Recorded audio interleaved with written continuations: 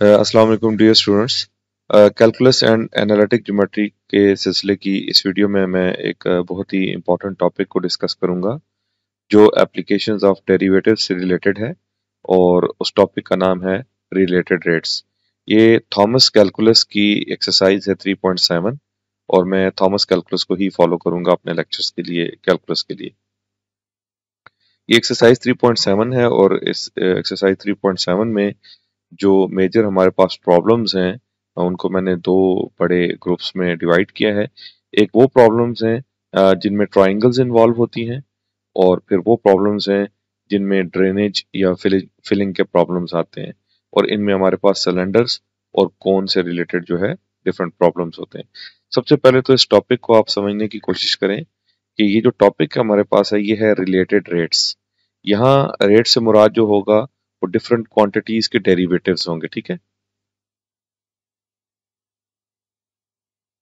और ये डेरिवेटिव्स हमेशा विद रिस्पेक्ट टू टी होंगे इस एक्सरसाइज से के लिए। और रिलेटेड रेट्स का मतलब ये है कि हमारे पास मोर देन वन क्वांटिटीज के डेरिवेटिव्स होंगे, और वो एक इक्वेशन के थ्रू कनेक्टेड होंगे।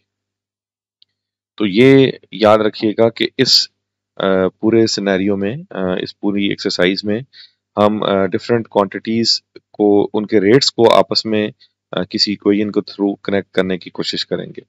तो मैं इस सिलसिले में दो वीडियोस बनाऊंगा। जो आज की मेरी पहली वीडियो है उसमें मैं वो प्रॉब्लम सॉल्व करूंगा जिनमें ट्राइंगल्स इन्वॉल्व होती हैं, ठीक है। तो इनको सॉल्व करने के लिए जो नॉलेज हमें पता होना चाहिए वो एक तो है पाइथागोरस थ्योरम। पाइथागोरस थ्योरम जो है वो राइट एंगल ट्राइंगल्स में यूज होता है। और अगर मैं राइट एंगल ट्राइंगल ले लूं जो मैंने यहाँ पे ऑलरेडी पहले बनाई है, तो जो वर्टिकल डिस्टेंस होगा उसको मैं y से रिप्रेजेंट करूंगा, जो हॉरिजॉन्टल डिस्टेंस होगा उसको मैं x से रिप्रेजेंट करूंगा, और जो इसका हाइपोटेन्यूज होगा उसको मैं s से रिप्रेजेंट करूंगा। तो इस केस में जो पाइथागोरस थ्योरम बनेगा वो s squared equals to X squared plus Y squared बनेगा। और इसके अलावा बाज क्वेश्चंस ऐसे हैं जिनमें ये एंगल भी इन्वॉल्व होता है, थीटा। तो उस एंगल के लिए हम या साइन थीटा या कॉस थीटा या टेंजेंट थीटा, इनमें से कोई एक ट्राइग्नोमेट्रिक रेशियो जो है वो यूज करेंगे। डिपेंड करता है कि वो क्वेश्चन किस टाइप का है। तो मैं सबसे पहले तो एक जो लेआउट है वो बता दूं कि रिलेटेड रेट्स के प्रॉब्लम्स को हम किस तरह से टैकल करते हैं। उसके लिए 6 स्टेप्स हैं जो हमें फॉलो करने पड़ते हैं। नंबर 1 जो है वो ये है कि हमें जो भी प्रॉब्लम गिवन होगा हम उसकी डायग्राम बनाएंगे, और डायग्राम बनाने के बाद उस डायग्राम में जो कांस्टेंट्स हैं या जो वेरिएबल्स हैं उनको नेम कर देंगे। और ट्राइंगल में मैंने आपको बताया कि हम एक्स वाई और एस जो है और थीटा उनको नेमिंग करते हैं, और उनमें से जो कांस्टेंट होगा उसके साथ हम लिख देंगे कांस्टेंट, और जो वेरिएबल होगा उसके साथ हम लिख देंगे कि ये वेरिएबल है। ये बाद में ये चीज़ हमें काम आती है। उसके बाद सेकंड स्टेप में हम ये करते हैं कि उस क्वेश्चन में जितनी भी इंफॉर्मेशन गिवन होती है या जो डेटा गिवन होता है उसको हम लिख लेते हैं। और थर्ड स्टेप में वो चीज जो हमने फाइंड करनी होती है, जो नॉर्मली एक रेट होता है, वो रेट हम लिख लेते हैं जो रेट हमने फाइंड आउट करना होता है। और फोर में हम क्या करते हैं, फिर उनकी कनेक्टिंग इक्वेशन लिखते हैं। यानी ये ऐसी इक्वेशन होती है जो 2 और 3 में जो वेरिएबल्स या कॉन्स्टेंट्स यूज हो रहे होते हैं उनको आपस में कनेक्ट करती है।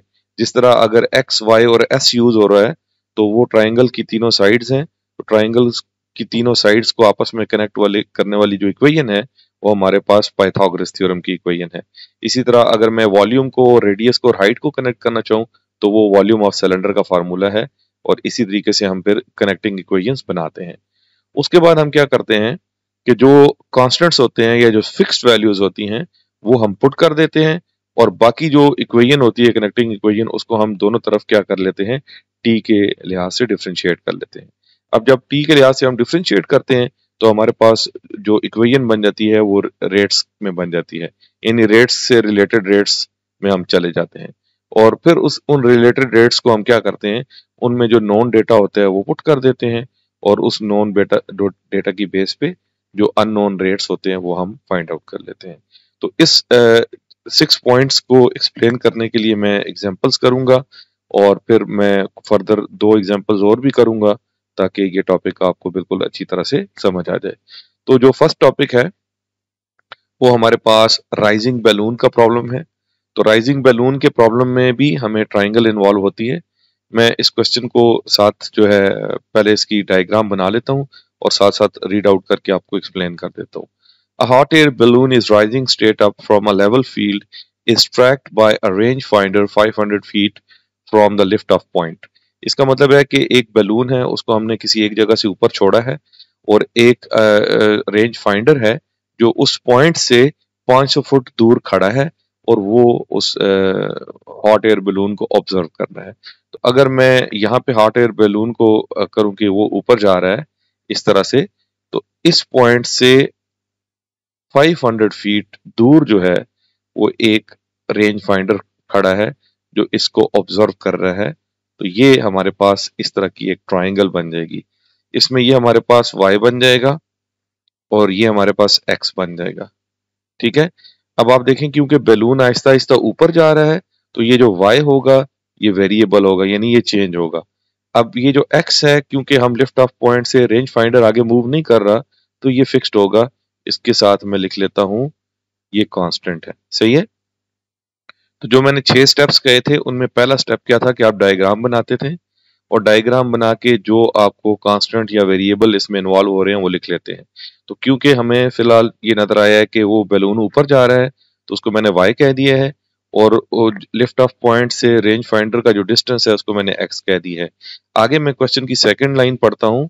जो सेकंड इसका सेंटेंस है तो वो है at the moment the range finders elevation angle is π/4। इसका मतलब है कि ये जो एंगल है हमारे पास वो थीटा, उसको अगर मैं कह दूं ये कितना है π/4 है। ठीक है, और ये जो एंगल है ये इंक्रीज कर रहा है किसी रेट से। तो जो जिस रेट से वो इंक्रीज करेगा वो D theta over D T हो जाएगा, क्योंकि मैंने आपको बताया यहाँ जितने भी रेट्स हैं वो विद रिस्पेक्ट टू टाइम होते हैं। तो ये आ जाएगा 0.14। सही है। इसमें ये देखें ये जो थीटा है जैसे जैसे बैलून ऊपर जाता जाएगा वैसे वैसे ये थीटा भी बढ़ता जाएगा, तो ये थीटा भी वेरिएबल है। अब हमने आगे जो नेक्स्ट लाइन है वो पढ़ते हैं। तो वो क्या है, how fast is the balloon rising at that moment. इसका मतलब ये है कि जो बलून जिस स्पीड से ऊपर जा रहा है यानी dy/dt जो है वो हमने कैलकुलेट करनी है। तो मैंने आपको बताया कि फर्स्ट स्टेप में आप क्या करें, डायग्राम ड्रा करके कांस्टेंट और वेरिएबल लिख लें और उसके बाद दूसरे स्टेप में आप यहाँ पे जो नोन डेटा है वो हमें लिख लें। तो नोन डेटा हमारे पास क्या है, x वो है 500 और ये चेंज नहीं हो रहा। उसके बाद हमें पता है कि थीटा हमारे पास है π/4। ठीक है, और उसके बाद हमें पता है D theta by D T और D theta by D T जो है वो 0.14 रेडियन पर मिनट है। और इसके अलावा हमें गिवन है और कोई वैल्यू गिवन नहीं है। उसके बाद थर्ड स्टेप क्या था कि हम वो चीज लिखते हैं, ये गिवन डेटा आ गया और उसके बाद जो रिक्वायर्ड है वो रिक्वायर्ड क्या है, how fast is the balloon rising, तो वो D Y by D T आ गया।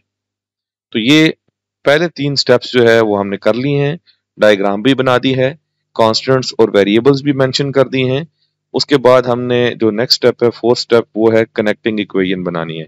तो ऐसी वो इक्वेशन जो x को, y को और थीटा को आपस में कनेक्ट करे वो हमारे पास है टेंजेंट थीटा। क्योंकि जो टेंजेंट थीटा होता है वो हमारे पास किसकी इक्वल होता है, y/x के। तो इसमें y, x और थीटा तीनों इन्वॉल्व हैं, तो इसका मतलब है ये आ गई कनेक्टिंग इक्वेशन। तो ये फोर्थ आ गया स्टेप। तो फिफ्थ स्टेप में हम क्या करते हैं कि पहले जो फिक्स्ड वैल्यूज हैं वो पुट कर देते हैं। तो यहाँ फिक्स्ड जो कांस्टेंट वैल्यू थी वो x की वैल्यू थी, तो मैं पहले इसको थोड़ा सा अरेंज कर लेता हूँ। तो ये y इज इक्वल्स टू क्या आएगा, x टेंजेंट ऑफ थीटा। ठीक है, तो इसको जब मैं पुट करता हूँ तो हमारे पास जो वैल्यू आती है पुट करके y इज इक्वल्स टू क्या आ जाती है, 500 टेंजेंट ऑफ थीटा। ठीक है, तो इसको पुट करने के बाद मैं जो नेक्स्ट है हम इसका डेरिवेटिव ले लेते हैं दोनों तरफ विद रिस्पेक्ट टू टी। ये आ जाएगा y प्राइम या ये dy बाई डी टी हो जाएगा और इस तरफ आ जाएगा 500 कांस्टेंट है तो बाहर आ जाएगा और टेंजेंट का डेरिवेटिव आ जाएगा सीकेंट स्क्वायर थीटा और आगे थीटा का derivative D theta by D T. तो अब ये रिलेटेड रेट्स की इक्वेशन बन गई है। इसमें अब फाइनल स्टेप पे जाते हैं कि जो वैल्यूज हमें पता है वो हम पुट कर देंगे और फिर जो अननोन्स हैं वो उसकी बेस पर हमें मिल जाएंगे। तो यहाँ D Y by D T जो है वो हमने फाइंड करना है, तो उसको एज इट इज लिखते हैं और 500 वैसे ही आएगा और थीटा की वैल्यू हमें पता है, सीकेंट स्क्वायर डायरेक्टली कैलकुलेटर से नहीं मिलता, तो इसको मैं 1 ओवर कॉस पाई बाई 4 का स्क्वायर कर लेता हूँ ताकि कैलकुलेटर पे इसकी कैलकुलेशन मेरे लिए आसान हो जाए। और फिर आगे जो D theta by D T है उसकी वैल्यू जो है वो मेरे पास गिवन है, वो 0.14 रेडियन है। तो जब मैं इसको कैलकुलेट करूंगा तो आई थिंक इसकी वैल्यू जो है वो 140 फीट पर मिनट आ जाएगी। इसमें ये चीज़ याद रखिएगा कि जब आप ये कैलकुलेशंस कर रहे हो तो जो आपका कैलकुलेटर है वो रेडियन मेजर के ऊपर सेट होना चाहिए, अदरवाइज आपके पास जो आंसर है वो ठीक नहीं आएगा। तो अब इसी के जो है फॉलो अप में मैं दो और एग्जांपल्स हैं वो सॉल्व करता हूँ। इस सेकंड एग्जांपल में जिसमें ट्रायंगल्स इन्वॉल्व होती हैं, इसका जो टाइटल है वो है हाईवे चेज। इसमें हमें एक पुलिस क्रूजर है वो अप्रोच कर रही है एक राइट एंगल्ड इंटरसेक्शन को फ्रॉम द नॉर्थ। तो अगर हम देखें तो नॉर्थ से वो इस तरह से अप्रोच कर रही है एक राइट एंगल्ड इंटरसेक्शन को। तो जो पुलिस क्रूजर है वो इस तरफ से आ रही है, ठीक है, is chasing a speeding car that has turned the corner and is now moving straight east। तो एक जो है स्पीडिंग कार थी, उसने वो जो यहाँ से टर्न लिया है और अब वो ईस्ट की तरफ जो है वो जा रही है सीधी, उसको वो चेस कर रही है पुलिस क्रूजर। तो when the cruiser is 0.6 mile north of the intersection, इसका मतलब है कि जो इंटरसेक्शन है हमारे पास ये जगह, यहाँ से जो क्रूजर है वो 0.6 माइल्स नॉर्थ की तरफ दूर है। ये y का डिस्टेंस है, तो y जो है ये हमारे पास 0.6 माइल्स आ गया, ठीक है। तो उसके बाद नेक्स्ट है कि and the car is 0.8 miles to the east. तो यहाँ पे जो x का डिस्टेंस है वो हमें कितना गिवन है, 0.8 miles. The police determined with the radar that the distance between them and the car is increasing at 20 miles per hour. तो अगर ये क्रूजर है और ये कार है तो इनके दरमियान ये डिस्टेंस होगा, ये s हो जाएगा। तो यहाँ पर हमें ds बाई डी टी जो है वो गिवन है, तो ds बाई डी टी जो है वो हमारे पास आ जाएगा 20 miles per hour. If the cruiser is moving at 60 miles per hour at the instant of movement, इसका मतलब है कि जो क्रूजर की स्पीड है वो हमें गिवन है dy by D T, that is 60 miles per hour. तो ये याद रखिएगा कि जैसे जैसे ये क्रूजर आगे चलती जाएगी y की वैल्यू कम होती जाएगी। तो अगर किसी क्वांटिटी की वैल्यू कम हो रही हो तो उसका जो रेट है वो हम नेगेटिव लेते हैं, और अगर कोई वैल्यू इंक्रीज कर रही हो तो उसका जो रेट है हम वो पॉजिटिव लेते हैं। तो यहाँ D Y by D T के साथ हम खुद क्या लिखेंगे, -60। उसके बाद वो नेक्स्ट क्या पूछा, what is the speed of the car. तो वो D X by D T जो है वो हमने फाइंड करनी है। तो इसमें एक चीज देखिएगा कि y जो है वो चेंज हो रहा है, जैसे जैसे क्रूजर आगे आती जाएगी y चेंज होता जाएगा। तो इसका मतलब है ये y जो है ये वेरिएबल है, ठीक है। और x भी जैसे जैसे कार आगे जाती जाएगी तो वो भी क्या है, वेरिएबल है। और जब x और y में चेंजेस आएंगी तो साथ साथ ये जो s है, इनके दरमियान जो डिस्टेंस है ये हाइपोटेन्यूज वाला, ये भी चेंज होता जाएगा। तो ये भी यहाँ पर वेरिएबल है। यानी इस क्वेश्चन में जितने भी सिंबल्स इन्वॉल्व हैं वो वेरिएबल्स हैं, उनमें कांस्टेंट कोई नहीं है। तो मैं अगेन उसी तरीके से जो 6 स्टेप्स बताए थे उनको फॉलो करता हूँ। तो सबसे पहले जो गिवन डेटा है वो मैं लिखता हूँ, तो y is equal to 0.6 miles आ जाएगा और x जो है वो मेरे पास आ जाएगा 0.8 माइल्स, और फिर D X by D T वो मैं लिख लेता हूँ, sorry D X by D T तो मुझे फाइंड करना है वो नहीं लिखता, तो मैं पहले लिख लेता हूँ D Y by D T. तो D Y by D T मेरे पास आ जाएगा -60। और उसके बाद है मेरे पास D X by D T, sorry D S by D T. तो D S by D T जो है वो मेरे पास आ जाएगा 20, और ये वो डेटा है जो हमें गिवन है। और उसके बाद जो फाइंड करना है वो क्या है, वो D X by D T है। तो ऐसी इक्वेशन मैं यहाँ पे आगे लिखूंगा, जो एक्स वाई को और इसको कनेक्ट करते हुए एस को, वो हमारे पास है पाइथागोरस थ्योरम। तो लिखेंगे वी नो दैट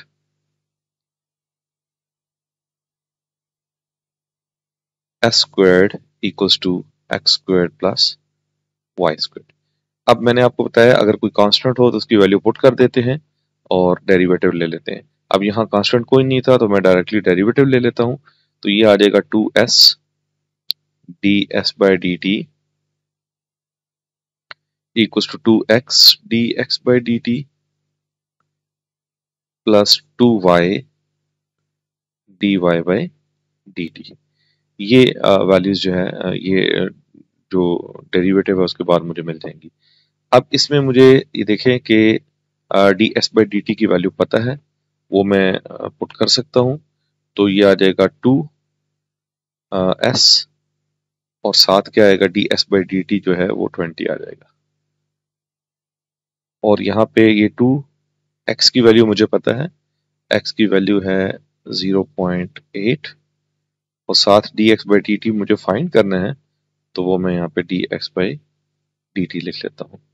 प्लस यहाँ पे क्या आएगा, 2y की वैल्यू मुझे पता है वो है 0.6 और D Y by D T की वैल्यू भी पता है, वो मुझे पता है -60 आ जाएगी। ठीक है, तो अब इस तरीके से जब मैं वैल्यूज पुट कर लूंगा तो अब इसमें देखें तो जो रेट मुझे फाइंड करना है वो D X by D T है, लेकिन एक और क्वांटिटी भी है s जो मुझे फाइंड आउट करनी है। तो अगर मैं देखूं s, तो s को अगर मैं पाइथागोरस थ्योरम से दोबारा देखूं तो मुझे क्योंकि x और y की वैल्यू पता है तो मैं उसकी मदद से s फाइंड आउट कर सकता हूं। तो यहाँ पे मैं अगर लिखूं तो s squared equal to X square plus Y squared है। तो s स्क्वायर्ड जो होगा वो मेरे पास आ जाएगा 0.6 स्क्वायर्ड प्लस 0.8 स्क्वायर्ड, और मैं अगर रूट ले लूं तो ये आ जाएगा 0.6 का स्क्वायर, 0.8 का स्क्वायर प्लस 0.6 का स्क्वायर। तो ये मेरे पास आ जाएगा s इक्वल्स टू 1। ठीक है, तो s की वैल्यू जो है वो मेरे पास 1 आ जाएगी। तो यहाँ पे मैं लिख सकता हूँ ये 40 आ जाएगा, इधर मेरे पास 1.6 D X by D T आ जाएगा, और यहाँ पे अगर मैं मल्टीप्लाई करूँ तो ये माइनस आ जाएगा। और अब let me calculate this value, ये मेरे पास आ जाएगा 2 टाइम्स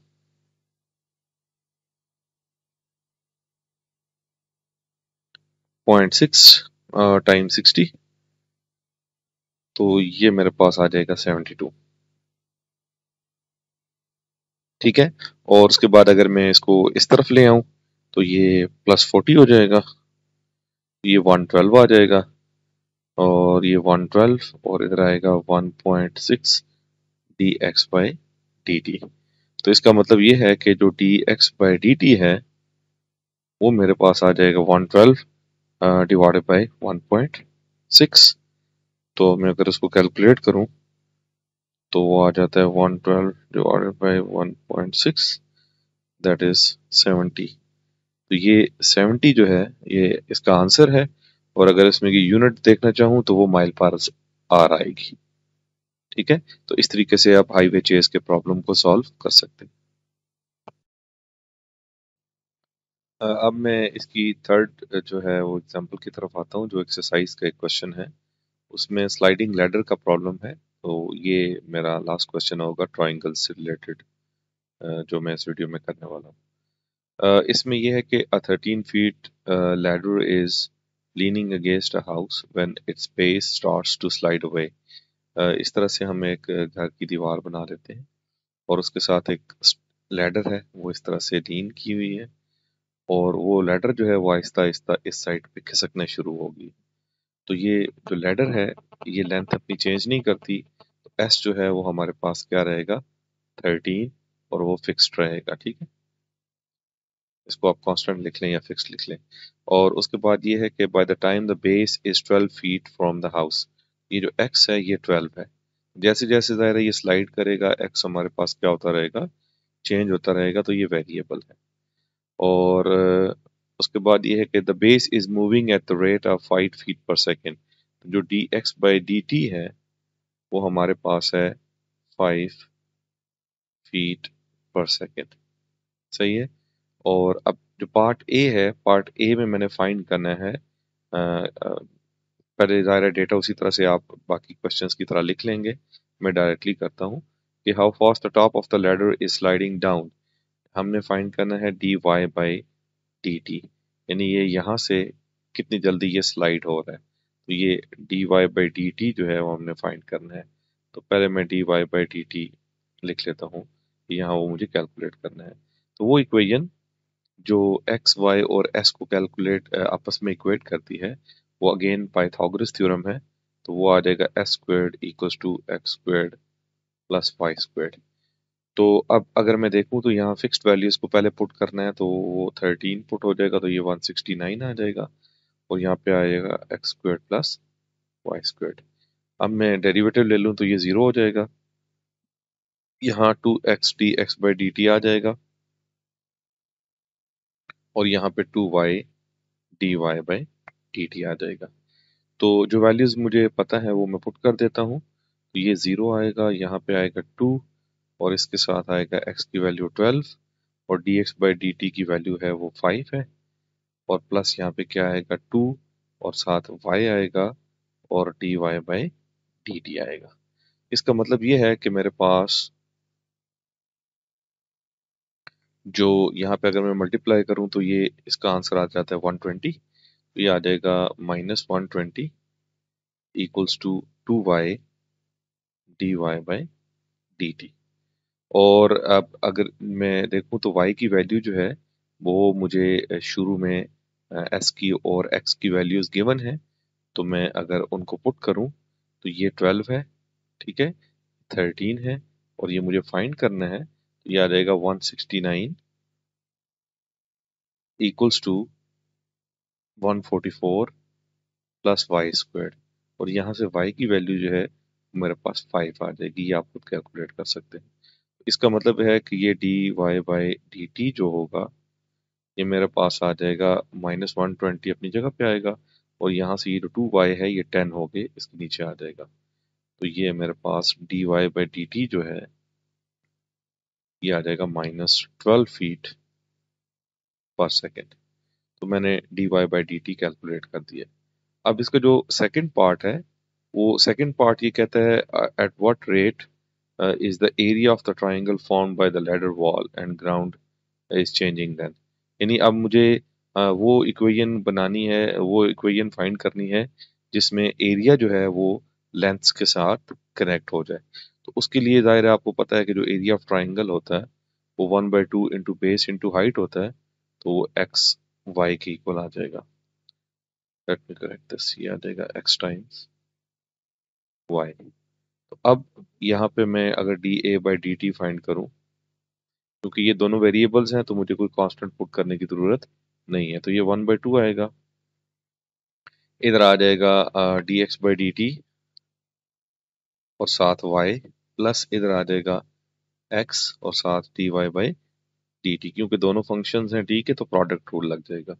अब मैं जस्ट इनमें वैल्यूज पुट कर दूंगा, तो ये आ जाएगा 1/2, और यहाँ पे जो y की वैल्यू थी वो हमारे पास 5 थी, और dx बाई dt की वैल्यू भी 5 थी, ये 5 टाइम्स 5 आ जाएगा, और यहाँ पे प्लस आएगा, और x की वैल्यू जो है वो मेरे पास थी 12, और dy बाई dt की वैल्यू थी -12। ये मेरे पास आ जाएगा 1/2 इंटू 25 माइनस 144, ये मेरे पास आ जाएगा -59.5 फीट स्क्वायर पर सेकेंड। ये इसका बी पार्ट हो गया। अब जो सी पार्ट है उस सी पार्ट को अगर आप देखें तो ये है at what rate the angle theta between the ladder and the ground is changing then. अब ये याद रखिएगा कि अब मेरे पास जो साइड्स हैं मुझे x की वैल्यू भी पता है, y की वैल्यू भी पता है और s की वैल्यू भी पता है, यानी तीनों साइड्स इन्वॉल्व हो रही हैं। तो अब मेरी मर्जी है कि मैं इसमें साइन लगाऊं, कॉस लगाऊं या टेंजेंट लगाऊं। तो जो आपको आसान लगता है वो आप लगा सकते हैं, ठीक है। तो मैं साइन लगाता हूं। तो हमारे पास जो साइन थीटा है वो इक्वल होता है y डिवाइडेड बाय s के। अब इसमें s जो है वो फिक्स्ड है, तो मैं उसको पहले पुट कर दूंगा, उसकी वैल्यू 13। तो ये आ जाएगा साइन थीटा, पहले y is equal to S sine theta put कर देता हूँ। तो ये y इज इक्वल टू आ जाएगा 13 साइन थीटा। अब मैं दोनों तरफ डिफ्रेंशिएट कर देता हूँ, तो ये आ जाएगा dy by D T is equal to 13 sine का डेरिवेटिव कॉस थीटा और फिर D theta by D T आ जाएगा। तो इससे अब मुझे जो है रिलेटेड रेट्स की इक्वेशन मिल गई है। लेकिन अब इसमें मुझे D Y by D T जो है उसकी वैल्यू मुझे पता है, वो मैं पुट कर सकता हूँ, लेकिन मुझे थीटा की वैल्यू नहीं पता। तो थीटा की वैल्यू के लिए फिर मुझे अगेन इक्वेशन में शुरू में एस की वैल्यू 13 गिवन है, ठीक है, वाई की वैल्यू 5 गिवन है और एक्स की वैल्यू 12 गिवन है। तो मैं यहाँ से थीटा की वैल्यू कैलकुलेट कर सकता हूँ। तो मैं यहाँ पे भी वही लगाता हूँ, sine theta is equal to Y over S. तो sine theta equals to Y जो है वो मेरे पास है 5 और एस जो है वो 13 है। थीटा आ जाएगा इस साइन इनवर्स ऑफ 5/13 आ जाएगा। और अगर मैं कैलकुलेटर से कैलकुलेट करूं रेडियंस में तो ये 0.394791 आ जाएगा, ठीक है। और इसी का जो आंसर आया है, अगर इसका मैं कॉज ले लूं डायरेक्टली कैलकुलेटर से, तो वो मुझे जो है वो मिल जाता है 12/13। तो इसका मतलब है यहाँ पे आ जाएगा dy by D T minus 12, इधर आएगा 13, cos थीटा की वैल्यू 12/13 और इधर आएगा D theta by D T. तो ये 13 13 कैंसल्ड आउट हो जाएगा, तो ये आ जाएगा 12 D theta by D T equals to -12। तो ये D theta by D T जो है ये मेरे पास आ जाएगा -1 रेडियन पर सेकेंड। तो इस तरीके से आप जो क्वेश्चंस हैं जिनमें ट्राइंगल्स इन्वॉल्व होती हैं वो सॉल्व कर सकते हैं। इंशाल्लाह ताला जो नेक्स्ट वीडियो होगी उसमें मैं ड्रेनेज और फिलिंग प्रॉब्लम्स को डिस्कस करूंगा और फिर इंशाल्लाह ताला ये टॉपिक कंप्लीट हो जाएगा। तब तक के लिए मुझे इजाज़त दीजिएगा। अल्लाह हाफ़िज़।